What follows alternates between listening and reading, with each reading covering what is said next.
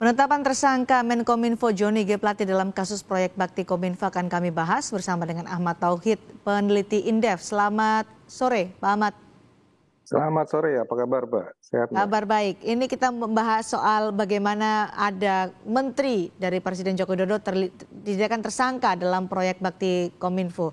Apa yang Anda cermati dari peran Joni G. Plate sebagai Menkominfo dalam kasus proyek Bakti Kominfo ini? Ya, kalau saya lihat ya, secara kelembagaan tentu saja menteri selaku penanggung jawab kementerian memiliki satu pengaruh yang besar ya dalam berbagai kebijakan maupun regulasi yang ada di dalamnya, termasuk tentu saja mengusulkan beragam program dan anggaran setiap tahun ke pemerintah. Nah, ini saya kira dalam proses tanggung jawab inilah yang kemudian peran strategis menteri termasuk Pak Joni begitu yang kemungkinan diduga memiliki keterlibatan meskipun tentu harus diklarifikasi lebih lanjut begitu. Baik, punya peran strategis, tapi kenapa ini kerap terjadi terutama di jajaran pemerintah sebagai pengelola anggaran serta jajaran menteri? Dari temuan BPKP, Pak Tauhid, dan juga penyidikan Kejaksaan Agung, Menkominfo ini diduga terlibat dalam korupsi proyek pembangunan infrastruktur BTS melalui peran yang sangat strategis. Apakah ini betul? Ya, menteri ini rawan sekali terpeleset hingga tersandung kasus korupsi. Ya, saya kira pertama ya karena penandatanganan terakhir ya program dan kegiatan yang kemudian disetujui oleh parlemen dan juga melalui pembicaraan trilateral meeting gitu dengan Kemenkyu dan Bappenas, ya peran menteri sangat strategis tentu saja.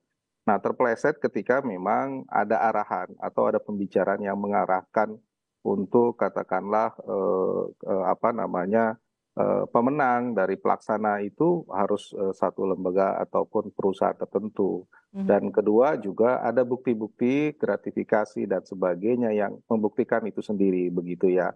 Nah, banyak juga menteri yang bagus begitu walaupun di tangannya ada proyek bernilai puluhan triliun tapi tidak terlibat sama sekali begitu karena itu diserahkan secara prosedural, transparan dan sebagainya begitu meskipun mungkin posisinya juga sama strategisnya. Memang tergantung nanti saya kira dari hasil pemeriksaan ataupun hasil pengadilan yang membuktikan seberapa jauh keterlibatan beliau. Mudah-mudahan di situ jelas peran dan posisi beliau begitu. Apakah menjadi pelaku utama atau bisa saja hanya namanya dicatut. Seringkali dalam beberapa hal proses itu juga terjadi seperti itu. Nah, ini yang kemudian ke depan menjadi kejelasan yang lebih penting dalam proses selanjutnya begitu, Mbak.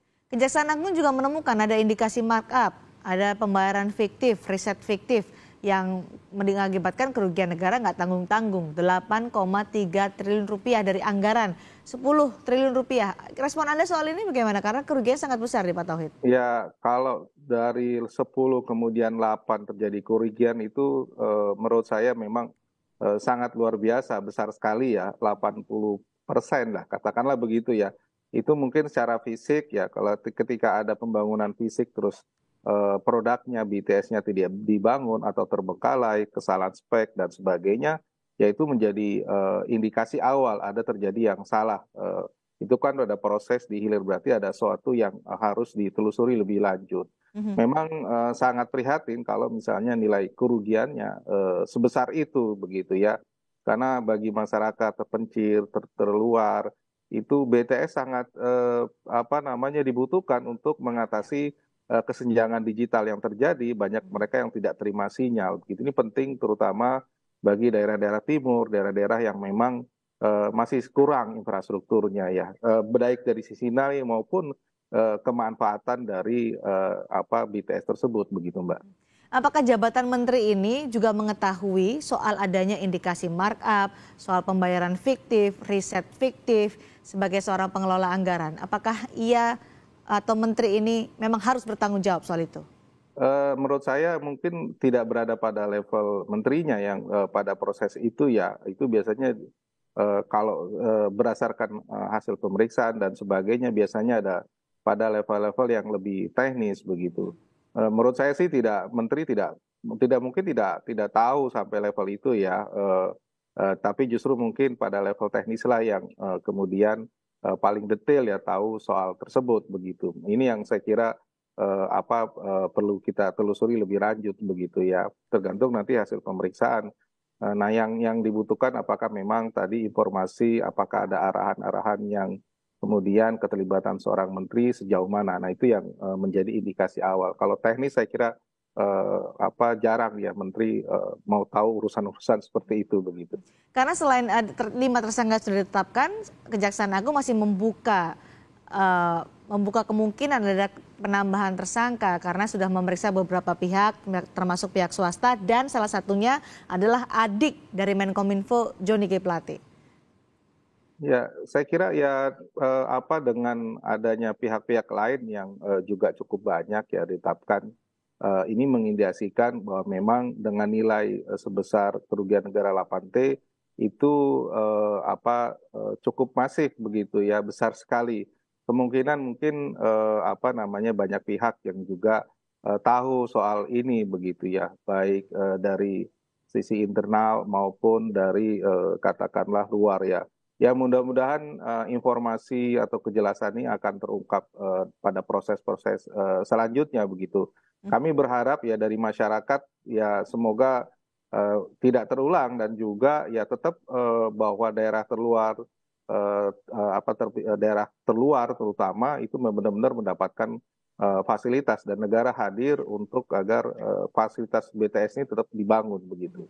Banyak yang bilang kalau penetapan Johnny Plate sebagai tersangka itu ada indikasi politiknya. Menurut Anda benar ada indikasi politik atau memang ada yang janggal dari proyek Bakti Kominfo ini? Saya belum menangkap mungkin ya karena waktunya, momentumnya begitu. Jadi ada indikasi tersebut ya, karena kan di tengah situasi politik yang cukup memanas begitu pada saat ini ya. Bisa saja dikatakan demikian ketika ada momentum, tapi lagi-lagi saya kira nanti alat-alat bukti yang menjadi proses itu semua begitu ya. Kalau misalnya lemah dan tidak ada bukti, maka mungkin kesimpulan sementara itu bisa saja tidak benar begitu. Oke, seorang menteri sudah ditetapkan sebagai tersangka dalam kasus korupsi. Sebagai pejabat publik, ancaman hukumannya seperti apa?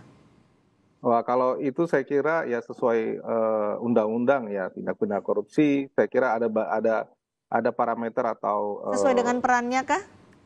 Ya biasanya ada peran dan juga posisi beliau begitu ya. Kalau posisinya semakin tinggi biasanya agak lebih berat begitu. Tapi saya belum tahu tentu saja pasal yang diungkapkan dan konsekuensi hukum ke depan berapa tahun dan sebagainya. Saya kira ini kita sendiri masih melihat ya prosesnya saya kira masih panjang. Kami sebagai wakil pemerhati melihat ya ini bisa ditelusuri lebih dalam saja begitu.